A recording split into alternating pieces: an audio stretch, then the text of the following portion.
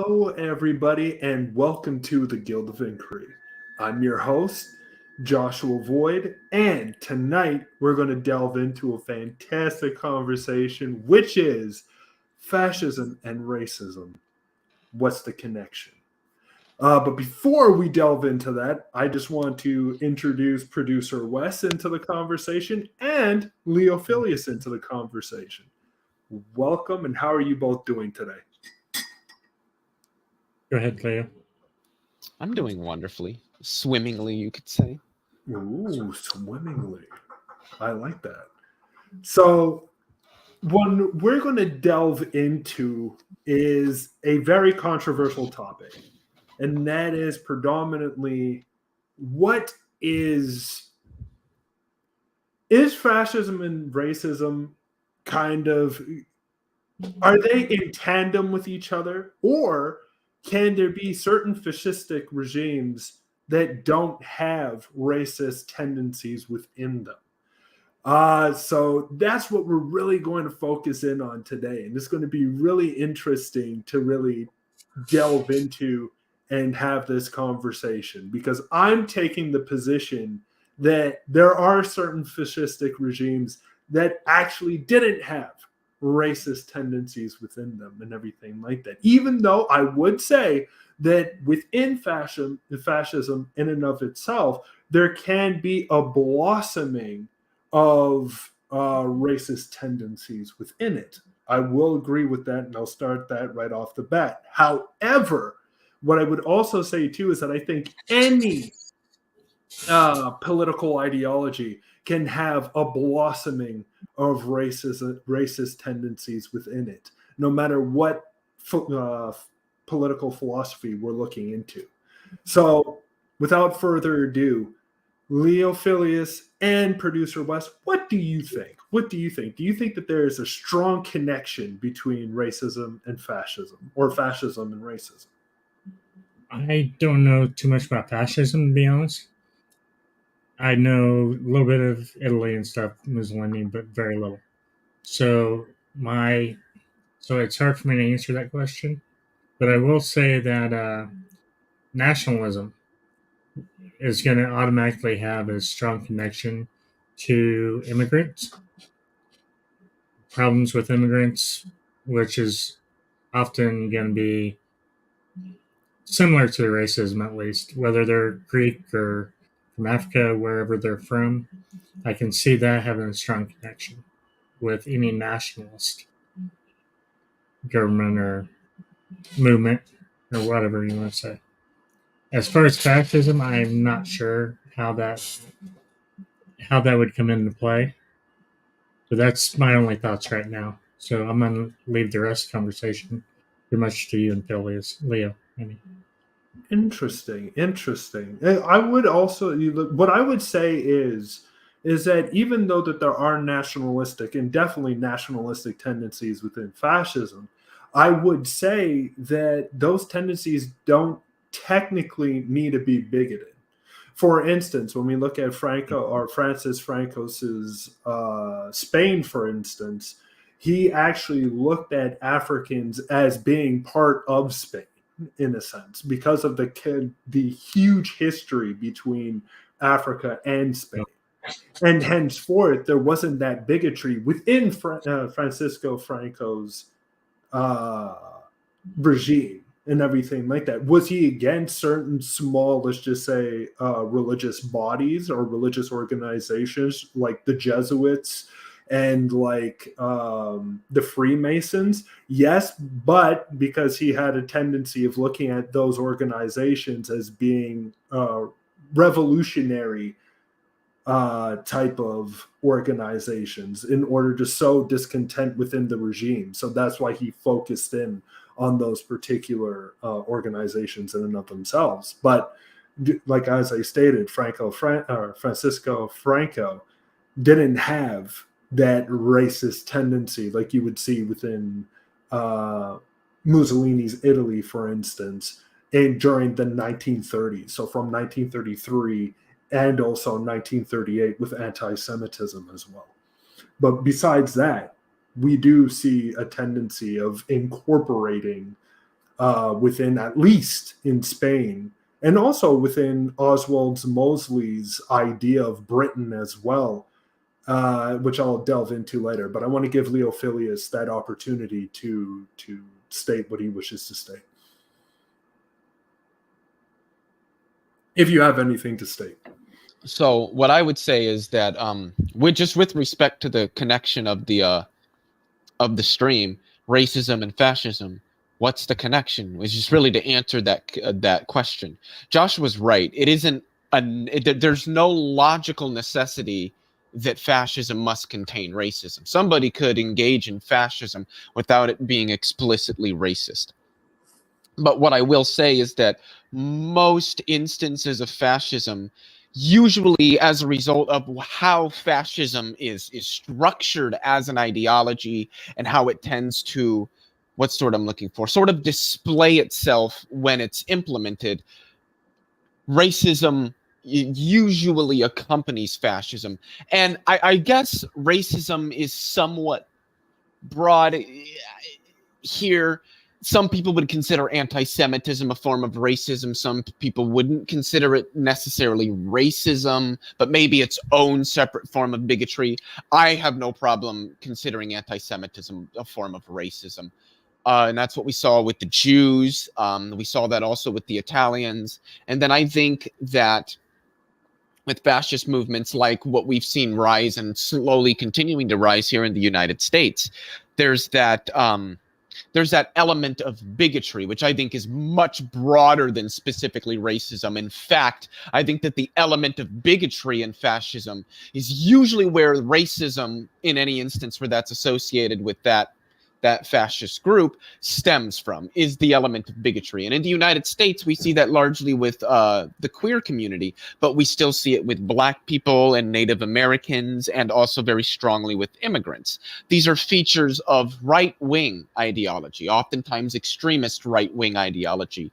And the vast majority of scholars, political philosophers, and scientists, and the relevant sociologists place fascism on the right wing. So that is something that I think needs to be clarified. But I do think that there is a connection between racism and fascism. I think that more than anything, racism tends to accompany fascism rather than the other way around. Although I do think that racism can be used to push people into fascistic tendencies or further into fascistic thought. What I would say is that because I somewhat agree, but what I would say is that predominantly we need to be careful when we talk about fascism and National Socialism or Nazism or whatever the situation is, right? Because people think that they have this similarities. But if you look back into what Mussolini has written and everything like that, there's not one instances of anything that is racist within his actual paper of which he's written until 1933, when he starts his invasion of Ethiopia. But even then, right, when we look at that invasion, because prior to that said invasion, if we look at Libya prior to 1930, and because he created the fascist regime in Italy in 1922 or 1921, give or take. So if that is it, so we see 9 to maybe even 10 years of fascist rule within Italy that did not have any, hold on one second, no, you can engage in fascism without being racist, because it always ends in war against other cultures. Fascism isn't based on a war against cultures. It matters what you're looking at. If you're looking at National Socialism, then you're absolutely right. If you're looking at fascism, that's when there's a distinction. Because it's kind of like when somebody says socialism, right? When somebody says, oh, I'm a socialist, what's the thing that people on the right constantly levy onto socialists? Oh, you're a Stalinist. Oh, you're a Maoist. Oh, you believe, or you're for the Venezuelan regime and everything like that. And when you really look at it, people are like, no, that is You not. hear about Cuba and all this other dumb one. And that's the same as when we look at fascism. Fascism is extremely broad and way broader than what people actually think. And henceforth, when we look at Francisco Franco, or I would even say towards the extent of Francisco Franco being on the more left, and let's just say Mussolini no, not even Mussolini, Oswald Mosley being predominantly on the right of the fascist movements, because I see that National Socialism in and of itself is an embryonic branch of fascism. I do agree with that, but it's not fascism in and of itself. If you look at the writings and you look at the things that Mussolini and let alone Francis Franco wrote, you slowly but surely start to see, and even Oswald Mosley, you slowly start to see that there is a completely differentiation between National Socialism and fascism. And what a lot of people don't necessarily like to hear is that fascism is an embryonic state, right, from socialism. So socialism breaks into fascism breaks into National Socialism. So it's very interesting to see the intricacies between these three things. And henceforth, when you say that fascism and racism are coincided, I don't necessarily see that. I see that if it starts leaning more towards National Socialism, then yes. But then again, it's National Socialism, fascism. Now we got to really look at the equations properly. So Okay, I let's. agree towards a certain extent, but I do think that in and of itself, that is the issue right there. Hold on, fascism is a far-right, authoritarian, ultra-nationalistic ideology and movement characterized by a dictatorial leader, centralized autocracy, militarism, and forcible Suppression of opposition. Okay. But there's also Yes. some more important ones, like the belief in a natural social hierarchy, subordination of individual interests for the perceived good of the nation or race, and strong regimentation. That last one's the really big one, is the strong regimentation of society. And just for those out in the comments or this who watches this 3 months from now who doesn't know what that means, to regiment a society is to effectively do what the Republican Party is trying to do and has been trying to do in the United States, where they want to outlaw abortion and outlaw being gay and outlaw gay marriage and outlaw transition and ban trans people and not let them be a part of society. When you want to strictly regulate how you can be in society, usually according to a highly traditionalistic set of values and mores, you're regimenting society. That's a regimentation of society. And that's one of the defining features of fascism.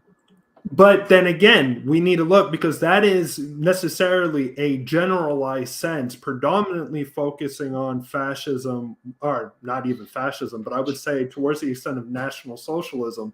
And I would say maybe National Socialism, I would just say, is Nazism.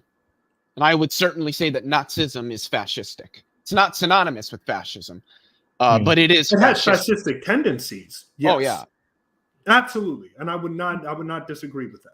But it is not on league with fascism. So that's why I said it's an embryonic state. I'd say it's worse, honestly. Off. But at the same exact time, does it have fascistic tendencies? Absolutely.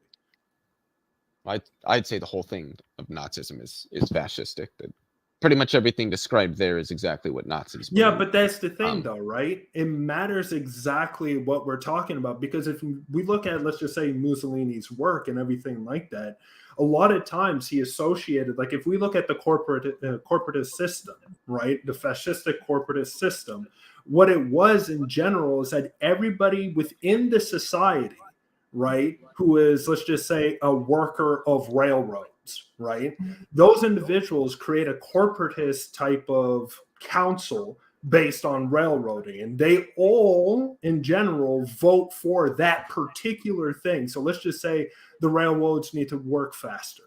Well, everybody within that circle of railroading within the corporatist system needs to vote for, let's just say, a quicker way of making trains get from destination A to destination B, right?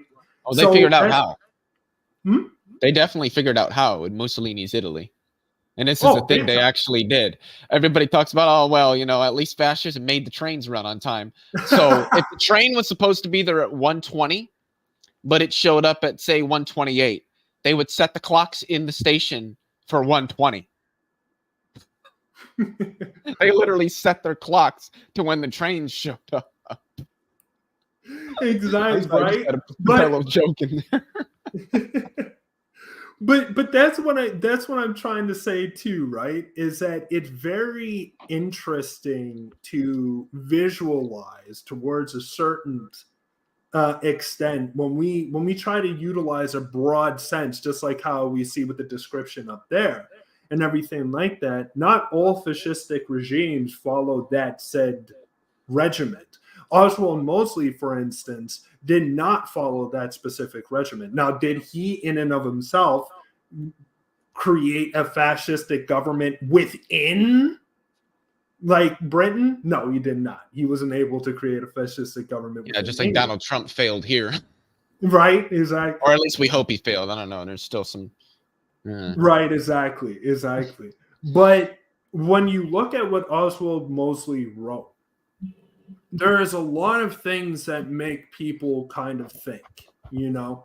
And that one thing in particular is, for instance, Oswald Mosley's view on women, for instance. His number one thing was that women should work if they want to work. However, if women want to be mothers, then that is also a work as well.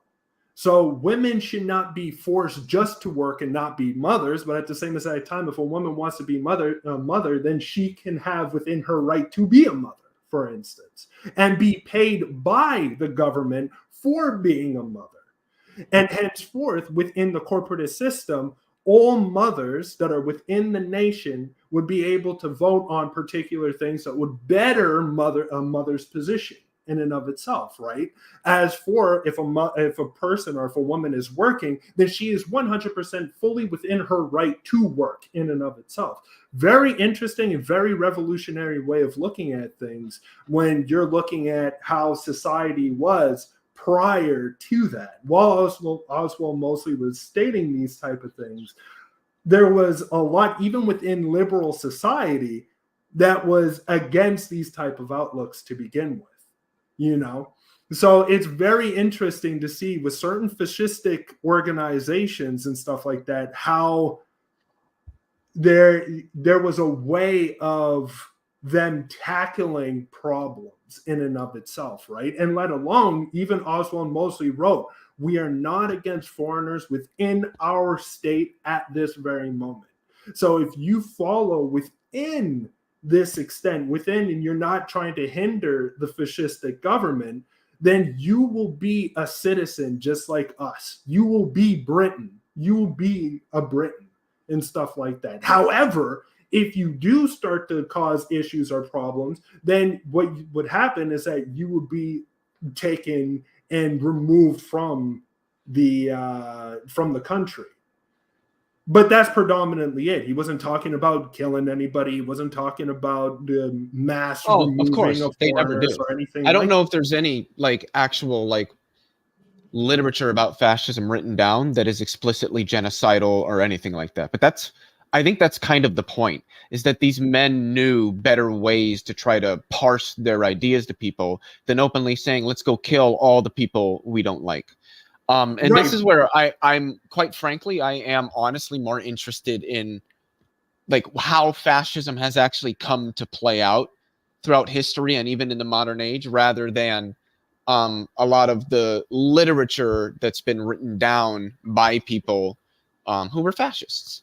And I think that when we look at, you know, the Adolf Hitlers and the Pol Pots of the world, and even you could say the Vladimir Putins or the Kim Jong-uns of the world, what we see is crimes against humanity, forms of ethnic cleansing, genocide, the mass concentration and imprisonment of perceived outgroups, the social denigration of perceived outgroups, and just all around really bad stuff in society for most of the people living in it.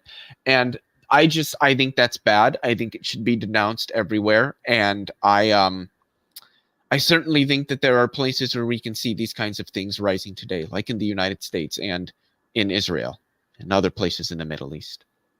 For me, the one thing is that when I look at, and now this is where people are probably going to be against my way of thinking, but when we look at, let's just say, Pol Pot, if we look at Mao Zedong, Stalin, if we look at Kim Il Sung and the rest of these other individuals, what we see is that these are not fascistic governments.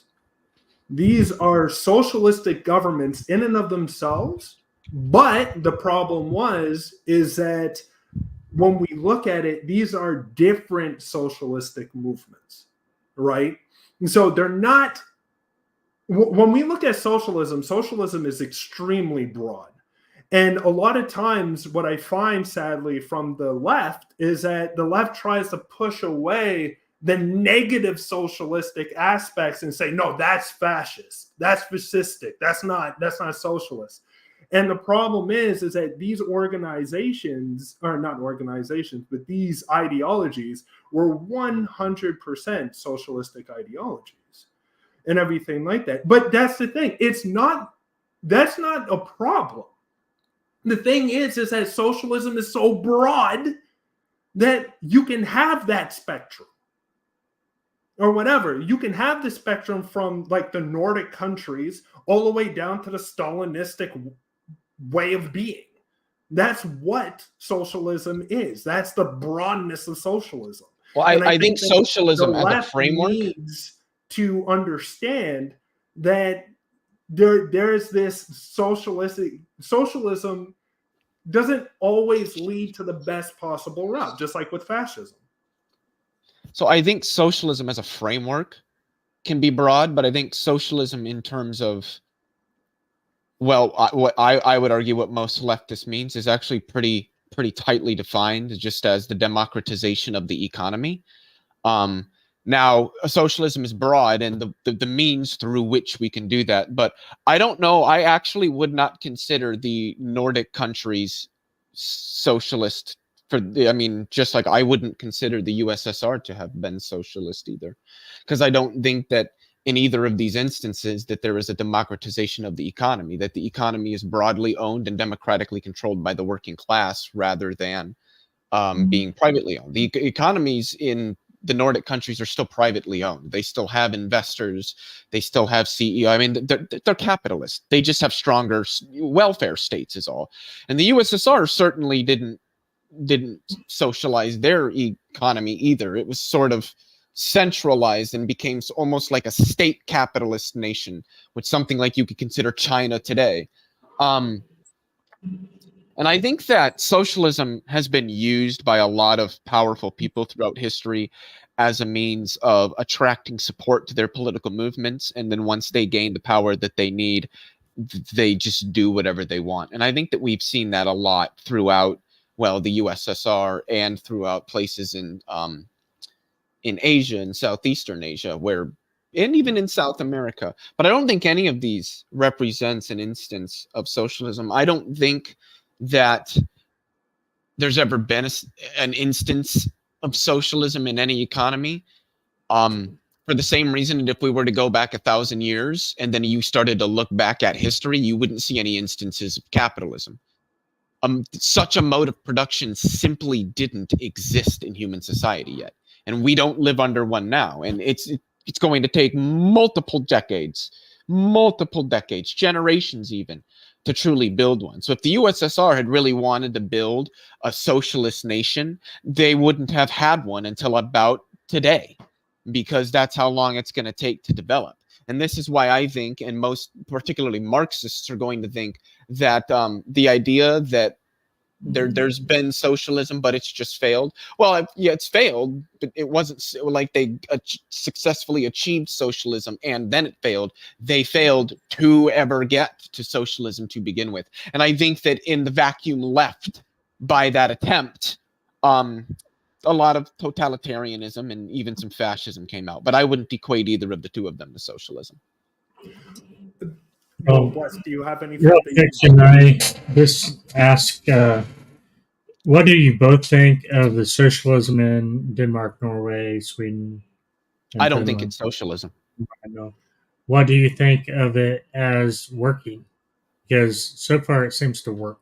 Well, I actually technically would say that it's not working because I mean, there are still problems in those countries, number one, but number two, they haven't solved the main issue that people like me are going to see in the economy, and that is that it currently operates under the concept of private ownership and commodification, the commodity form, and that those are the thing that fundamentally holds humanity back. And it won't be until that's abolished that we actually will see meaningful progress in human society.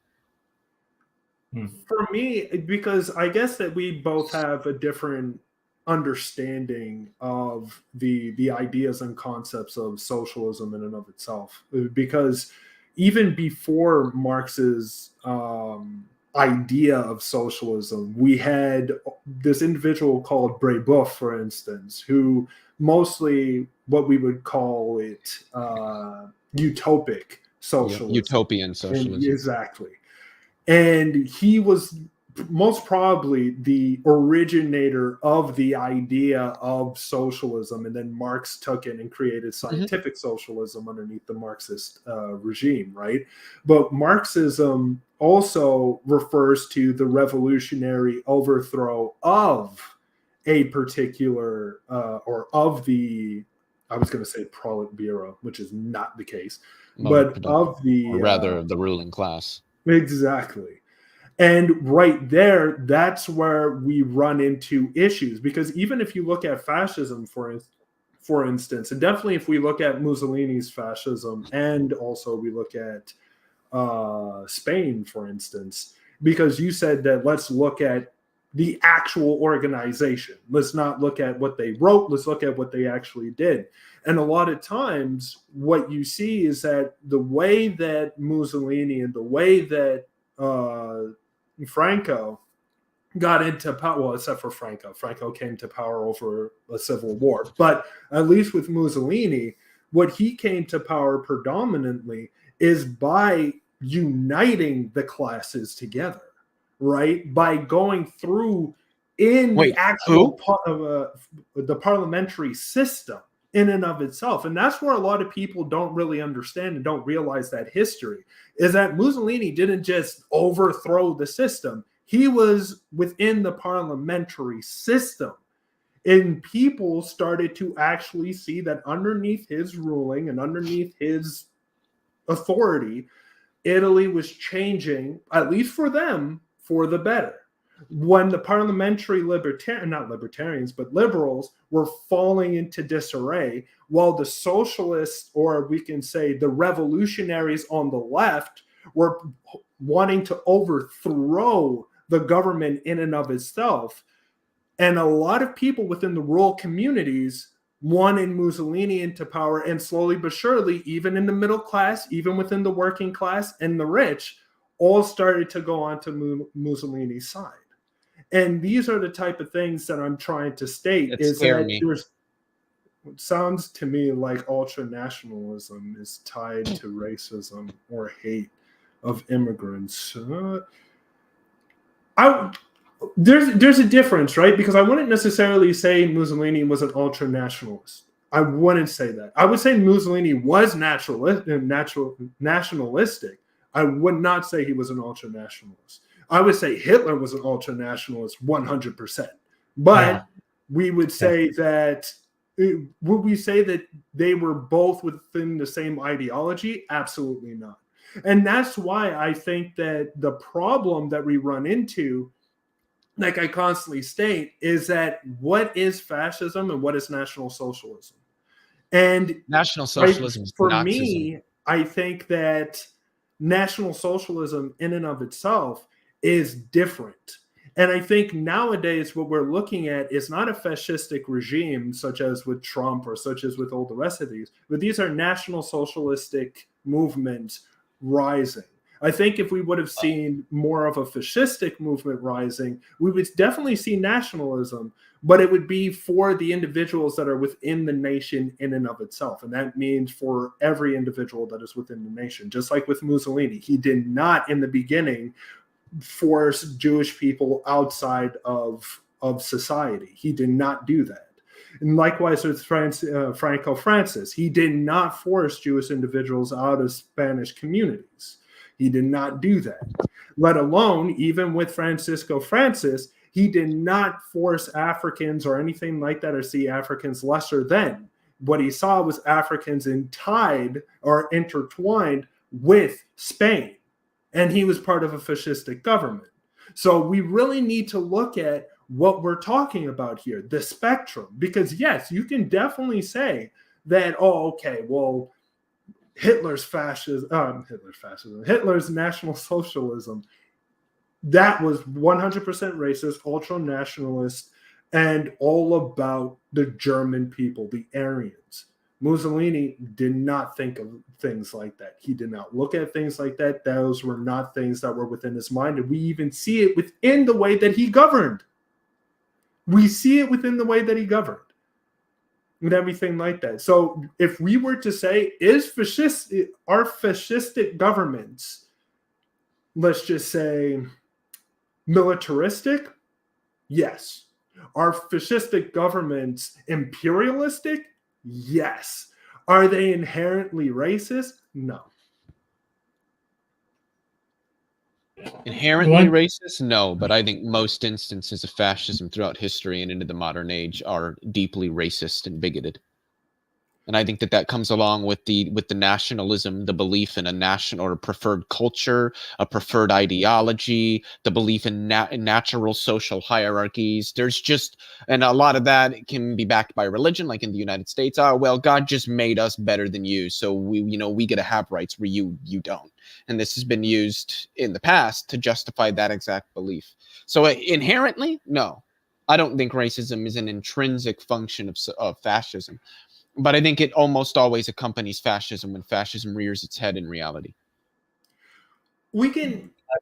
I would say, because I would agree that because of the nationalistic tendencies, it can branch off into Nazism or National Socialism and Nazism are the same. So National Socialism in and of itself. And I would completely agree with that. But Nazism is specifically anti-Semitic. But if you look at the average conservative in the United States today, they're actually not really anti-Semitic, but they are deeply bigoted against trans people.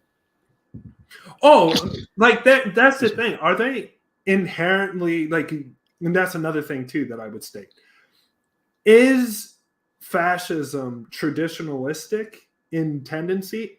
Absolutely. Absolutely. I would completely agree with that. Racism is easy to politicize. I completely agree with you, Maya. Yes, it is. Yeah. But at the same time, what my argument is that fascism isn't right. Like, it can have tendencies, but it matters on what spectrum we're looking at. It matters what spectrum of fascism we're looking at. And if we're not paying attention to that, then we kind of shoot ourselves in the foot, because just like how I stated beforehand, it's the same exact thing as, even though that Leophilius disagrees with the thing that I'm about to say, not the reality, but the tendencies of these governments believe that they can get to socialism through their own ways and through their own necessity. And henceforth, just like with Stalinism was based on Marxist ideology, worked with Lenin's ideology as well. And that's why it was called, what the hell was it called? Marxist-Leninism, in a sense, because Lenin just built upon Marx's idea. He agreed completely with the idea. That's where war communism comes from. War communism comes legitimately from the idea of Marx. But the problem was that if a society is too backwards, there's no way that they can actually do it. That's why Marx said that it has to happen within an industrial nation. It cannot happen within a backwards agrarian nation. Highly technologically advanced post-industrial nation. Well, at least what capitalism is developing into now, with all of the AI and all of the automation that we have. We have a highly technologically advanced economy. And it is in that kind of economy that Marx said you're likely to see the beginnings of the downfall of capitalism as society continues to develop forward. Because to Marx, capitalism inevitably fails, just like mercantilism did, just like monarchism, just like feudalism. We don't do those anymore. That's not how we organize our society anymore, because humans evolved past the need for those kinds of systems. And we will do the same to capitalism, and we will do the same to socialism. So for any Marxist worth his salt, capitalism is inevitably going to fall away. There's not going to be any capitalism in 1,000 years in human society, because no human's going to need to work in 1,000 years. So that's sort of. That's the thing, though, right? Is that when we look at Marxism predominantly. Oh, sorry. Go ahead, Russ. What's going on? I just want to cut this off real quick. Do we both agree that it's not fascism or really socialism or anything? The problem is the nationalism, that as far as racism goes. I think you both. I think it depends on which country you're looking at. I think the problems with racism in the United States are still deeply rooted in what a lot of people believe. I mean, it was only 65 years ago, 66, 65, 64, 65 years ago, something like that, that we ended, or that we passed the Civil Rights Act. And even then, redlining still continued. The race, like people's individual racism didn't just fall off the face of the planet when we passed the Civil Rights Act. And so the individual biases of these people in their everyday jobs is still going to have a broad social or systemic effect on how these people are treated, despite the passage of the Civil Rights Act. And this is something that I guess it's controversial, and I don't know why, but not a lot of people really think about that fact. Redlining continued into the 80s. And then there was, what did they call it? Broken windows policing or something like that. And then the problems in our country, my country, I actually don't know where you guys live, are systemic. They're not as bad as they used to be, but they're still there. They still linger, and they still have negative effects. That's kind of off topic, but No, because I think you're absolutely right, and I don't think that it's off topic. I think that it's actually directly on topic in a sense. And when we really look at what's going on in the States at the moment, and definitely within certain, I was going to say provinces, shows where I'm from, certain states in and of themselves, right? What we see, and definitely within Texas, Florida, and everything like that, where they're actually starting to lessen the polling booths within predominantly Black areas and stuff like that. These tendencies are horrible tendencies, and we can say that the individuals who are perpetrating these would predominantly have, I would say, more of like a national socialistic leanings to them. That's why they're utilizing these type of ideas in a sense, and why they're pushing this type of rhetoric in and of itself, slowly but surely strangleholding the minorities within these states and everything.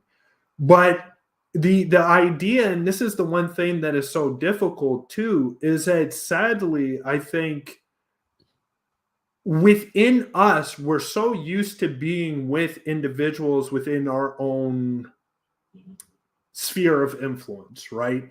So a lot of times for certain people, let's just say, even though now it's starting to become less and less, I will agree with that. But let's just say for individuals that want to go with a minority, so a white individual going with another minority and stuff like that, that still isn't, how could I say it? That's not as big of a movement now, in a sense, because we like to be around people that make us feel secure. And a lot of times, sadly, that is our own generalized individuals and stuff like that, people that we feel familiar with. So that means people that can be within our own skin color, people that can be within our own ideological frame of mind, people. And that's where we got to try to circumvent, is that. But sadly, we have a thing called, I think it's called fascism or something like that, where a person that doesn't necessarily, how could I say it, that is different from you automatically have that defense mechanism that goes up within you, right? But with certain people, that defense mechanism lowers, and with other people, that defense mechanism continues to stay up.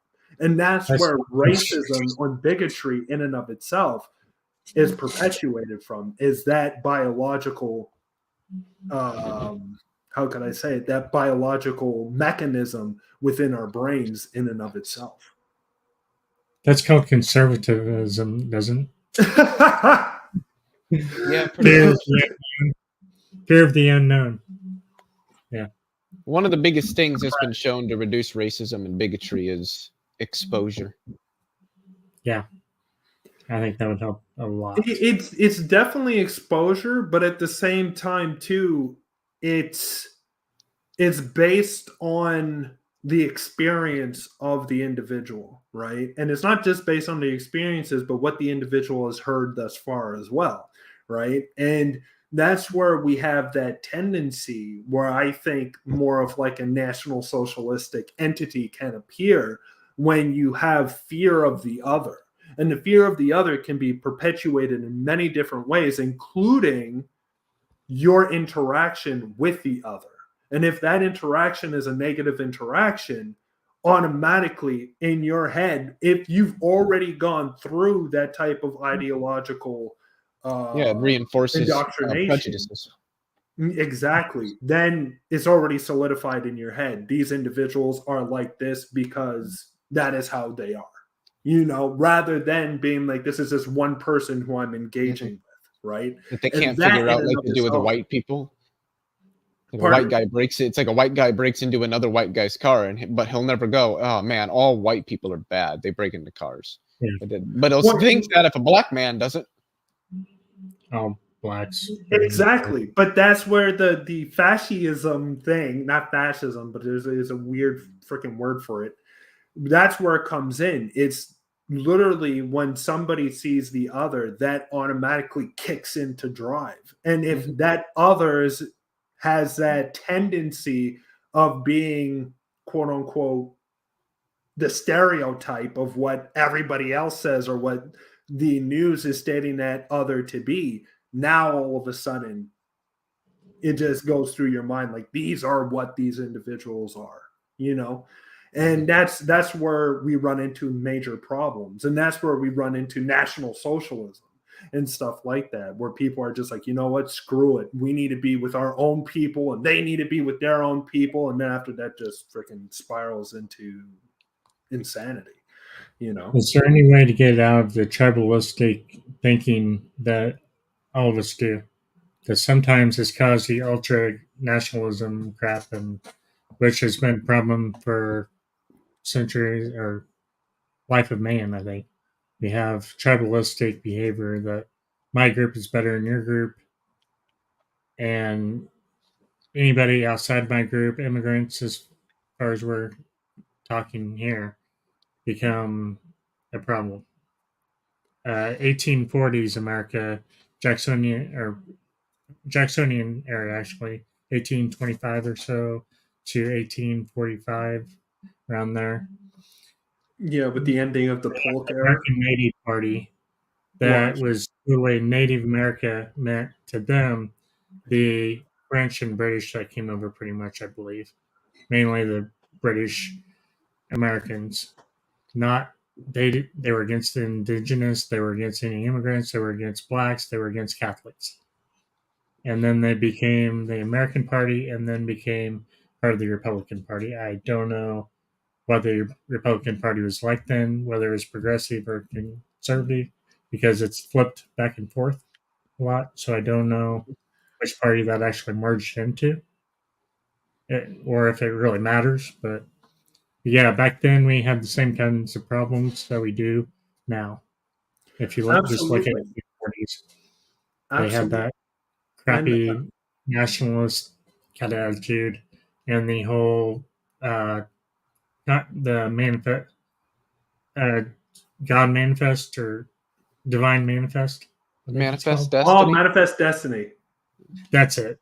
Yeah, they had that whole crap propaganda and stuff too. So, is there any way to get out of that? Or is that just something we're going to be stuck with for a long, long time? Eliminate social classes, and that'd probably do it.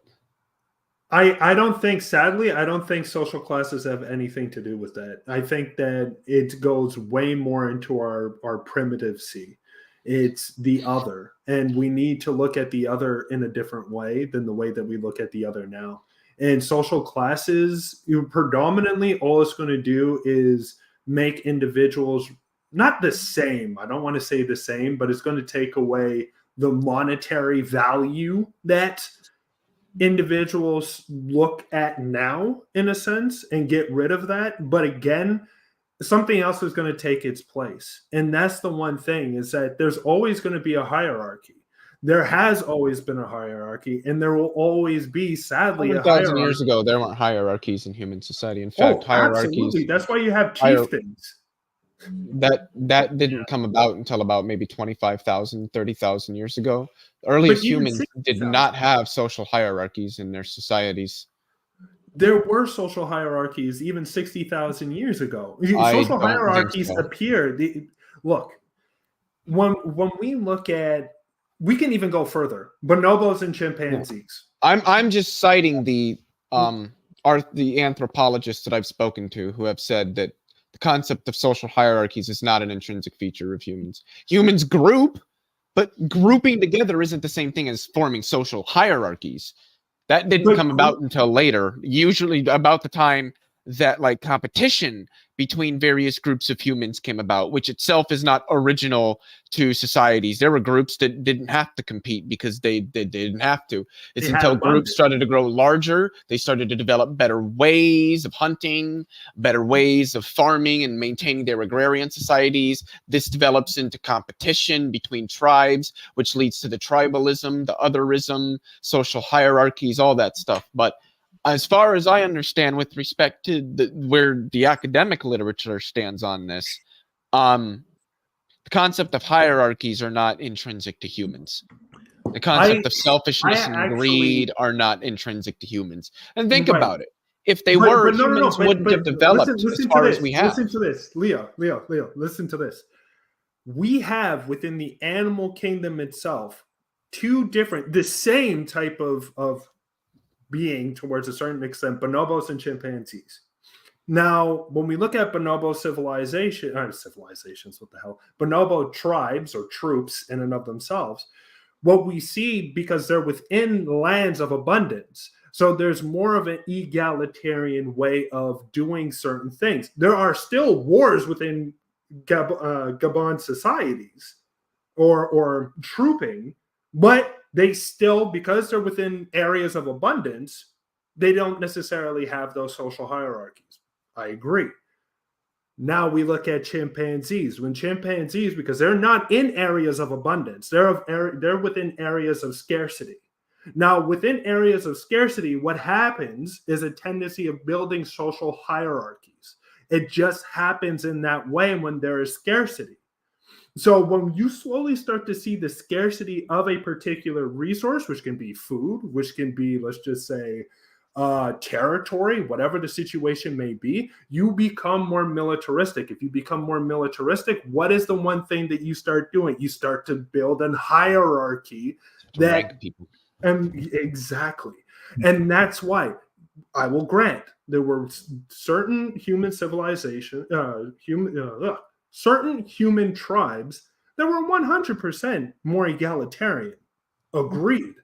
But there were also human tribes that were extremely war-esque, utilizing war chieftains and other things like that, right? So that we developed, know, yes. if we go further back in time, 60,000 years ago, 100,000 years ago, no matter how far we go, we see these tendencies within these two areas. When you're within abundance, more equality. When you're within scarcity, more militarism, and let alone more hierarchical values. Yeah, and that can happen even when the scarcity is manufactured. Absolutely. No, I'm not disagreeing with that. I'm just stating that you can go, what you need to do is create a system of abundance. That's what I'm trying to say. If you don't create that system of abundance, you are not going to create that egalitarian type system. And I would agree with Linear here. I would say hierarchies arise out of either lacking resources or what was I gonna say? What was the other one? And not an intrinsic part of humans. I do wonder what Dawkins would say as far as the selfish gene and stuff, which he would hate to answer about now because that was like 1977 that he wrote that book. But it was a great book, from what I could tell. I've listened to the audiobook, but I don't remember half of what I listened to be honest. But just because it says the selfish gene doesn't mean it's appropriately titled. So, but that's a hot topic that we could do a whole show on, I think. Whether we're inherently selfish. No. So, back to politics. Some people will try to argue that we are. It's usually conservatives, and they're wrong. I would never state that. But what I would state is that within society, there's more of a complexity than what people think. Oh, And God, yes. Human society is like one of the most complex fucking things to try. And to think that we're just now learning about it, like the social sciences have only been around for what, maybe 20 years at most? Maybe? Like we're just now starting to understand autism and ADHD, and we're just really now starting to open up and see, what sexuality is and gain a better understanding. We don't know much about how complex human society is. Mm-hmm. And I think it's interesting that some of the best methods for understanding human society and how it's structured and how it evolves are largely informed by Marx. After all, he is considered the founder of sociology. Yeah. Again, I think Marx gets certain things correct, and I will give him that. I think he gets far more correct than he does incorrect. That's what I will say. But human societies back, as I stated, 1,000 years ago and everything like that, and looking at actual archaeological findings and stuff like that, and Josh, hold on. Shit, what was your answer? What was your question? I think it was this one. Wouldn't you say that hierarchy is just intrinsic part of lacking resources and my God, I can't fucking read. And not an intrinsic part of humans. What I would say is yes and no. Because resources, yes, is a big thing, but when you look at an environment in and of itself, a resource can be absolutely anything. And henceforth, that becomes intrinsic in humans. If you don't have a resource, you intrinsically start becoming militaristic. If you do have a resource and you have abundance, then intrinsically you start to move towards a more egalitarian type of society. So yes, it is based on resources, but those resources can vary in many different ways. The drive is still external. What's fundamentally creating that intrinsic drive in one direction or the other is still external environmental factors.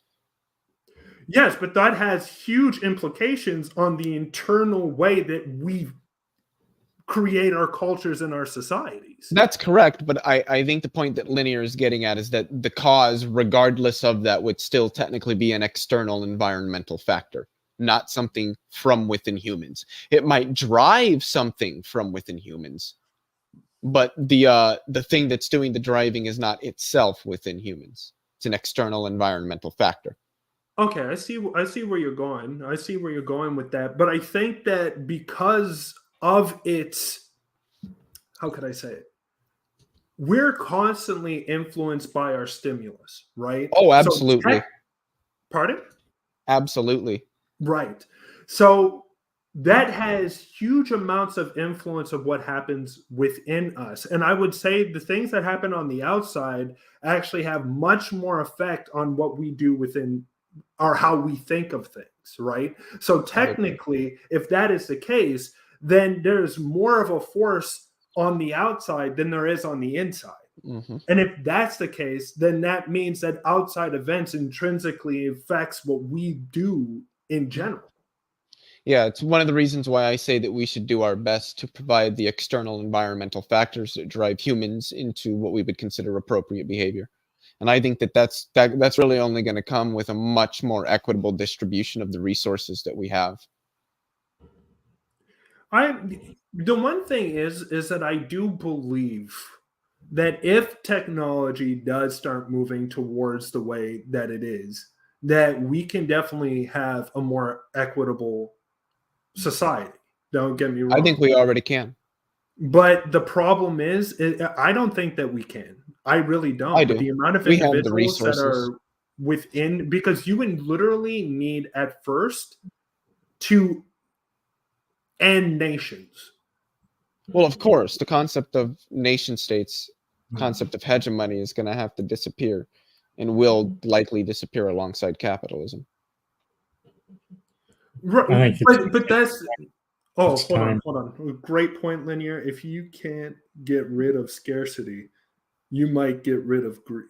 Oh, if you can get rid of scarcity, you might get rid of greed.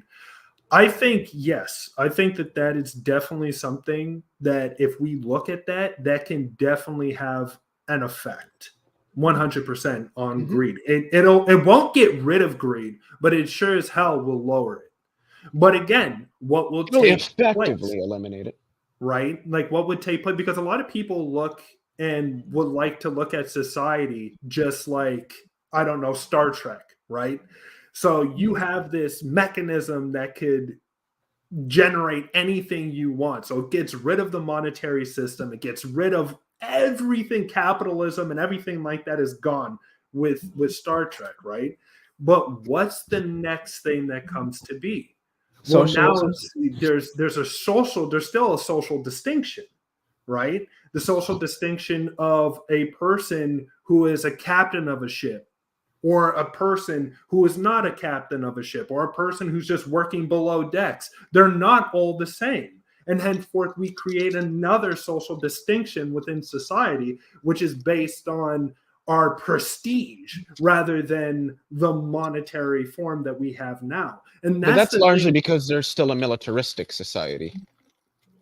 Right, but I think that in general, sadly to say, I don't think that we can get rid of militarism. Militarism has I think we absolutely can.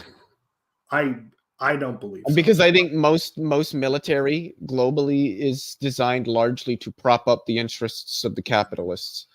So I think that just eliminating capitalism, eliminating the capitalist class would solve a great many of our problems, because it is to the maintenance of that system and to the fulfillment of the interests of those sitting at the top of it that we have governments that are over militarized, police states. It's the reason why we do not equitably distribute resources. It's the reason why we start wars with our militaries. It's all to the maintenance of that system and the service of the interests of those at the top of it. Just like it was 1,000 years ago, where war was fought to serve the interests of the kings and the queens and the aristocrats and the royal families. Wars weren't fought because, this is a thing we have to do. It was fought because I don't like this person and I don't like what they're doing. They don't agree with me. It's the same thing as it was back then that it is today. It's just that instead of kings and queens or royal families, we have capitalists. Hold on. Let's jump in. To add to that, yes, to a big extent there. And we're also trying to put other governments that we like in charge, I think, is a lot of our but further our interests. I don't agree with that. Don't agree with that. Yes, capitalism, I think, is exploiting scarcity best. I think capitalism does do that. I do have one solution that I wonder what you will think of, is what if we just have socialism and capitalism try to balance each other out? That wouldn't be possible. We get a little bit more socialism, at least for a while. They're fundamentally different modes of production. If you operated under one, you could not operate under the other. What is the government in North Europe? What are they doing? Because they seem to be doing. They're doing capitalism because their economies are still privately owned and controlled. They still operate under the commodity form. I don't want to give up private property. Is a big thing for me. That's a Why? leap for a lot of people, I think. I think you're confusing private property. Private property probably with personal property. Okay, personal. Okay. Like abolishing private property, when you hear that, don't think of your house or your car. Think of like instead of Walmart being like privately owned, like who owns Walmart? There's no person that owns like your Walmart supercenter, but it's still privately owned. It's not owned by an individual. It's not really personal property, but it's still privately owned. That is an example of private property. And then public or common property would be like the interstate. Who owns the interstate? Well, it doesn't really make sense to even say that it's owned, or at best, you would say that everybody, literally, you just get in your car and go on it and drive. Like that's, and I think that like, and I'm not saying that we have a society structured to be able to handle this, but I do think that in the future we will have a society where stores to buy clothing and food and all that stuff will be like the interstate, where you can just go in and get what you need, and that's that. But what do you think of employee owned? Employee owned, I don't really. At that point, I would rather just do worker cooperatives. I don't really know much about worker properties, I guess. Oh, I misspoke. I meant personal property earlier. Yeah, but I think I was just confused when I heard that. But I and think one thing is that greed create fake scarcity. Like that was pretty important earlier, but we kind of went on over that now. I just got to say, theoretically, brings up a really big point. The state usually protects the ownership of the rich from the poor. Like that's what the very concept of private property is a legal means through which private property rights can be enforced by a state to protect the interests and the property of the rich from the rest of society, the capitalist class from the rest of society. That forms a bulwark, a legal bulwark against the rest of society seizing what is rightfully theirs. And I am using revolutionary language purposefully. Real quick, what is the purpose of government? Mainly secure the property of its citizens? What is its purpose, or what does it do? Because those are different things. Purpose. The purpose of a government, I would say, is to act effectively, kind of like as the responsible custodians of society on behalf of the interests of their society broadly. So that they ought to be democratized, they ought to be representative, and they ought to be free from outside corruptive or influencing forces. Currently, governments, not just ours, but all across the world, and other forms of government institutions or organizations like the UN, NATO, stuff like that, are influenced by a very, very, very small and extraordinarily powerful class of human beings as a result of their ownership over the economy, because that's where real power in human society comes from. These systems, our government apparatuses, these other forms of social organization, largely work to their interests, which comes to the detriment of our societies broadly. And that class of humans would be the capitalist class. Good answer.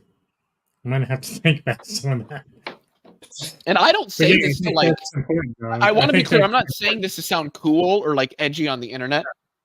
I think that if you look out at society, it makes perfect sense. There's very, very wealthy, powerful people who use their wealth and their power and their connections to influence how governments and other institutions work, so that they work to their interests rather than everybody else's. And that's where like a lot of the problems in our society, like the reason we don't have universal health care, the reason we have such a militarized police, I'm speaking specifically US, the reason we have a militarized police force, the reason that, we don't have like a nationalized pharmaceutical production, the reason that Medicare and Medicaid can't negotiate lower drug prices, like all of this stuff, the reason the cannabis is kept illegal, all of this stuff is done because it serves the interests of people who have way more money and power than the rest of society does, and way tighter connections than the rest of society does, to be able to use it in ways that influence the government to act in their interests over ours. corruption. That's why are our governments corrupted. It's not because humans are intrinsically corruptible. It's because it's in the interest of people powerful enough to do so, because it maintains the systems through which they are afforded the lifestyles that they have. And think about it. If you had that lifestyle, if you'd lived it your whole life, wouldn't you probably try to maintain it? Everybody tries to maintain some sort of power within once they get up to that strata. Of course. Well, why do you think that is? The idea is when you look at the social strata at this very moment, it has brought us to, and don't get me wrong, I'm not saying that it's not going to change, but I don't believe that the Marxist way of doing it is the proper way of doing it. Well, but Marx never really outlined any praxis. He just gave an analysis of the based on the capitalism economy, right? Because predominantly what Marxism is about is the means of production and moving that means of production. Well, in Marxist economics, I would largely argue Marxism is about a historically materialist analysis on human society. But within Marxist economics, yes, its focus is on, primarily labor as defining what value is and showing how that's connected to equilibrium price. And from that, we can derive a bunch of, because that's what the labor theory of value does. It is an attempt at predicting, well, not predicting, but explaining equilibrium price. And I would argue it does so successfully. But nothing about Marxism anywhere tells us we should do this or we should do that to make society this way. He's just providing an analysis. You can technically be a capitalist and accept the labor theory of value because it's nothing more than an analysis. It's an analysis of the system. Absolutely. Marx was a little obsessed with capitalism and how it worked. So that's where all that came from. And he pointed out the faults of capitalism. He's absolutely right. But the one thing is that when we look at the one thing, because a lot of people think that once you get rid of the money, once you get rid of everything like that, all of a sudden, all the problems will just melt away. And that's not true. That's very naive. Not at all what the circumstances are. When we really look at it, another thing that we will need to tackle is ideologies.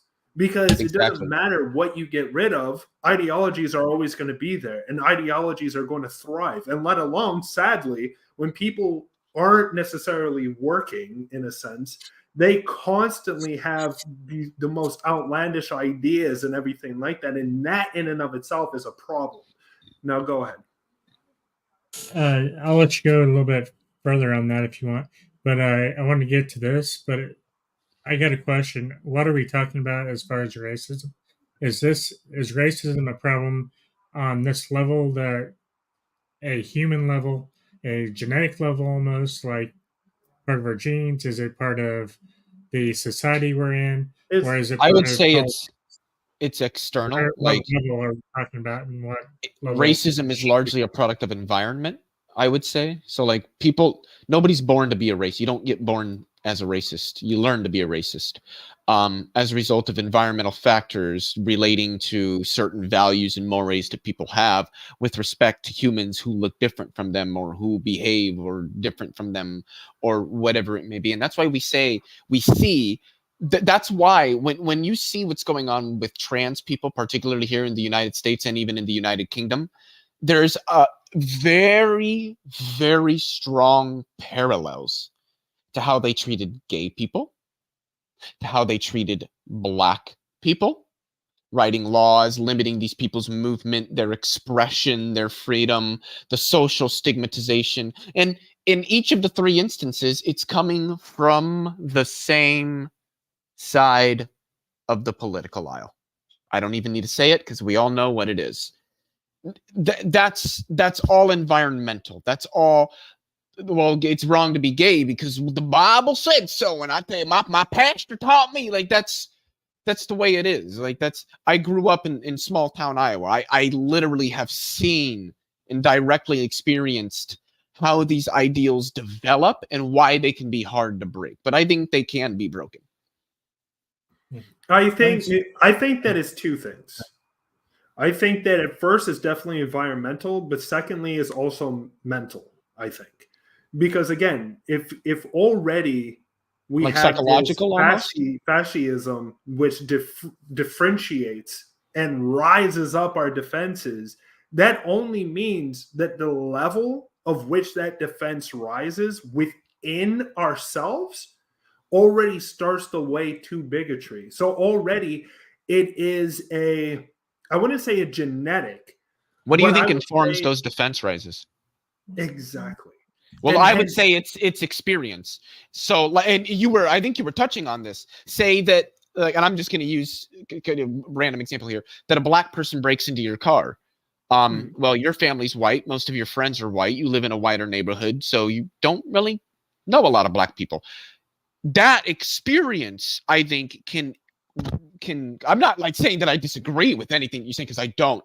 But that rise in that defense, I think, is informed by those experiences. You had a black person break into your car. You don't really know a lot about black people. Now you're more inclined to believe that that's just the way they are. And now you're more likely to be somewhat more suspicious or cautious around black people merely because of that one experience that you had.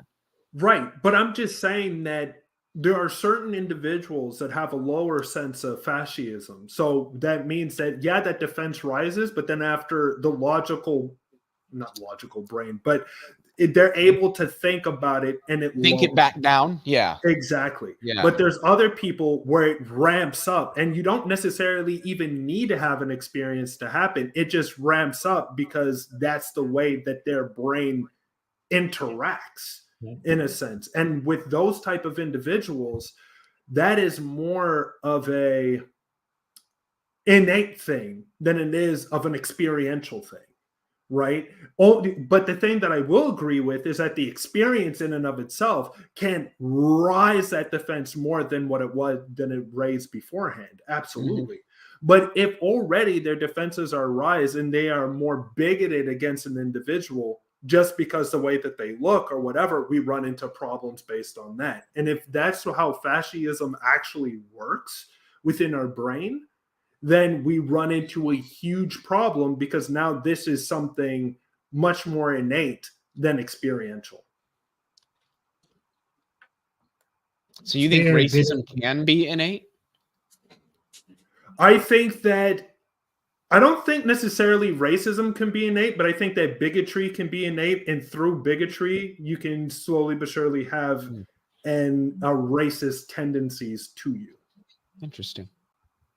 Is it innate in us, or innate in our politics, or innate in other things? Well, it sounds again, like I think when it comes to multifaceted, that it's problem throughout, and it's going to take different solutions for each step of the problem. Definitely different solutions all the way. Like, you can't have a blanket solution for everything, because it's not going to work.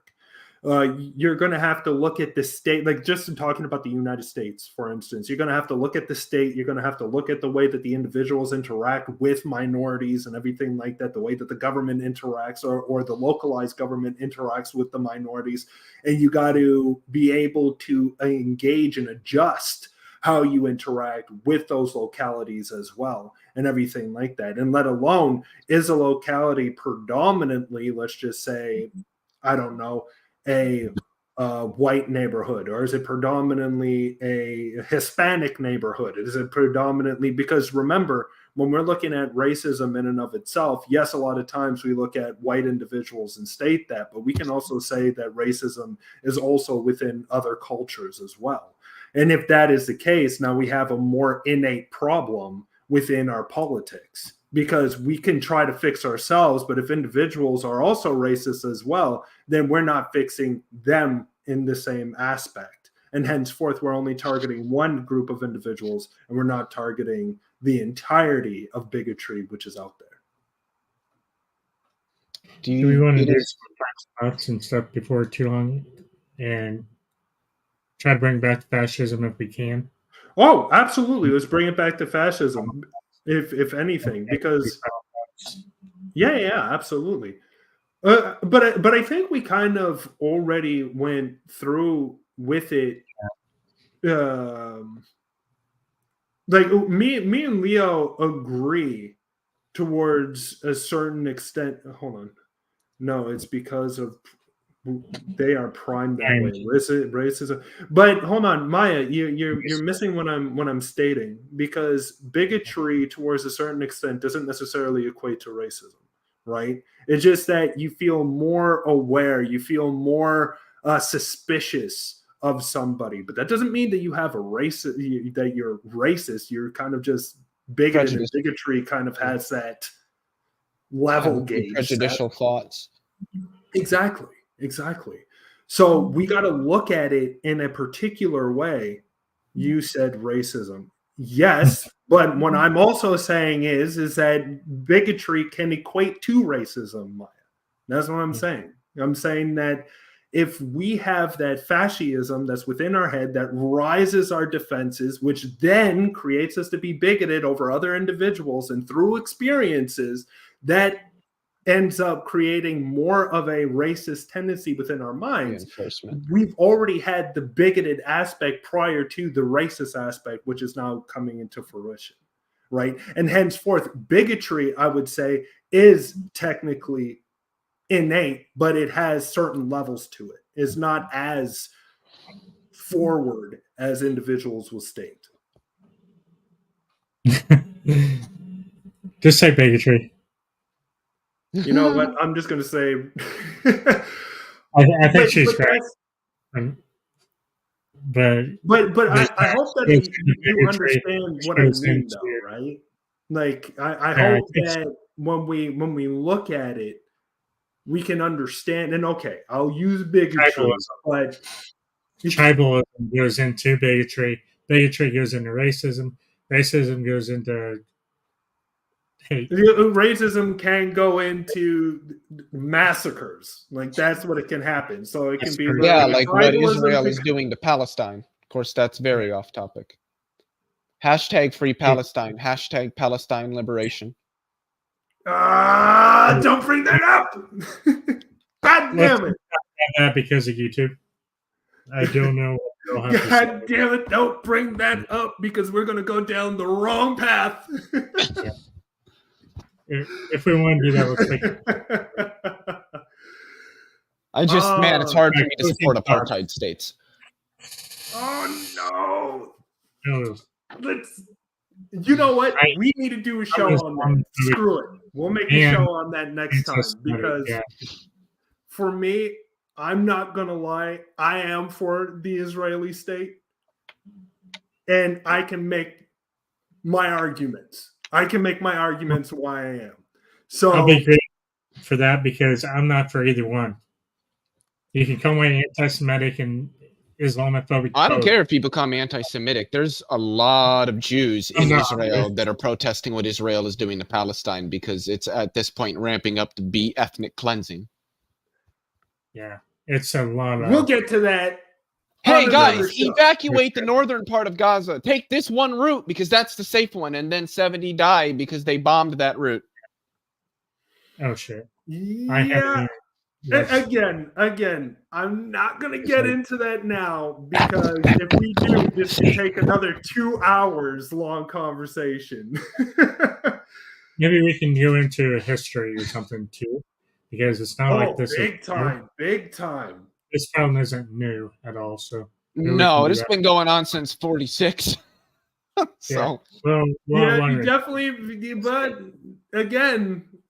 literally, the Ottoman Empire opened up its doors to Jewish individuals, so you can't blame the Jews for going into Israel if the Ottoman Empire opened up its door. You can't blame them. I don't blame the Jewish people for anything. They've done nothing wrong, Jewish people. I don't think they've done anything wrong. I think the state of Israel has expressed an immense amount of hegemony and has engaged in an apartheid against an entire group of people and is ramping up to begin to ethnically cleanse them. But the Jewish people, the Israeli people, I have no qualms with. I don't agree with that, absolutely, because that's the number one thing. Prior to, like, when does Israel engage in attacks? When they are attacked. That's the only thing. And what happened on Saturday was atrocious, was absolutely atrocious. I don't know anybody that thinks it wasn't. Okay. Last words on fascism only. And we will do a next stream next time on Yes. this clubhouse thing. Yes.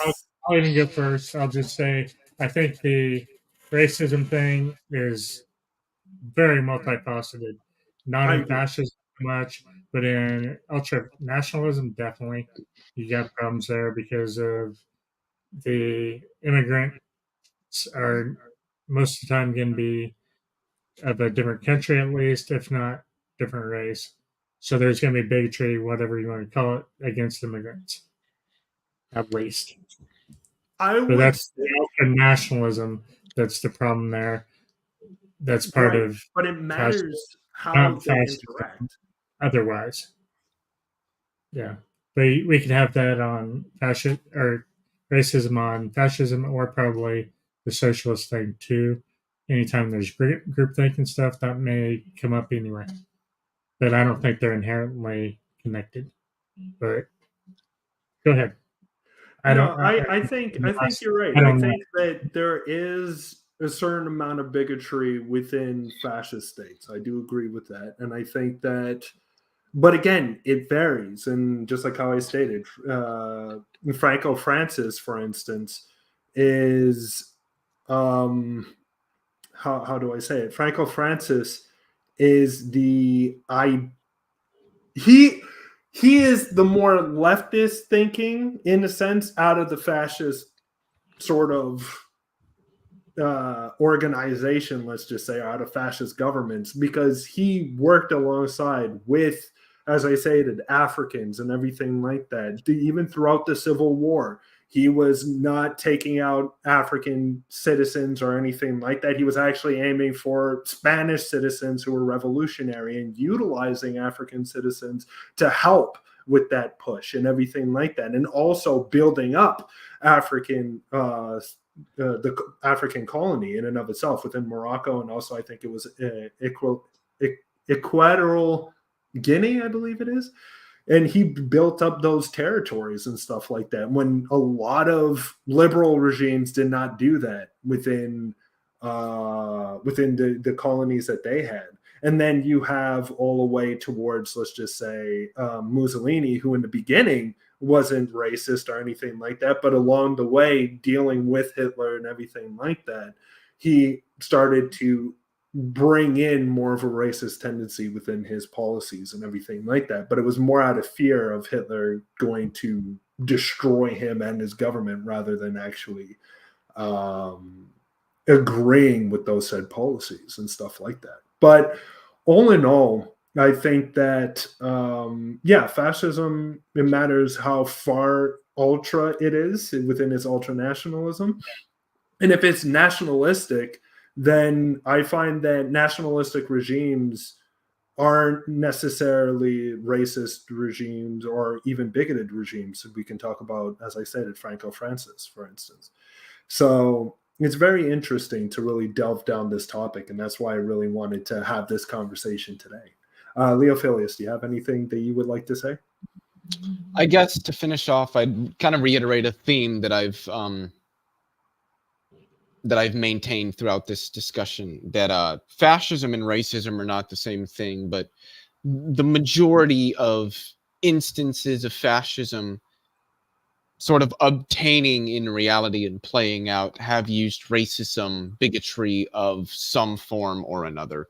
I think that it's a part of the idea of social hierarchies and the sort of a national social identity and the preservation of that identity from outside threatening forces that leads into these bigoted and racist ideas, usually anti-immigrant, anti-native.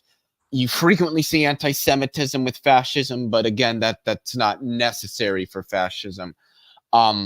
So I think that racism is pretty deeply tied to fascism. And when I talk with experts and look at the literature that's out there, I tend to see the same general attitude that while racism is not some intrinsic feature to fascism, it is closely tied to it. And I think even in Umberto Eco's 14 characteristics of fascism, he outlines something along the lines of some sort of like racism and bigotry being tied to that preservation of a national identity that is itself characteristic of fascism. So I don't think you have to be racist to be a fascist, but I think it's going to help you. I think I agree with pretty much everything both of you guys say on this stuff. So I'll just say let's end it and see you next week. And we'll try to do something on Israel and Palestine if we can. Oh, yes. I have a bit of a time. Bye.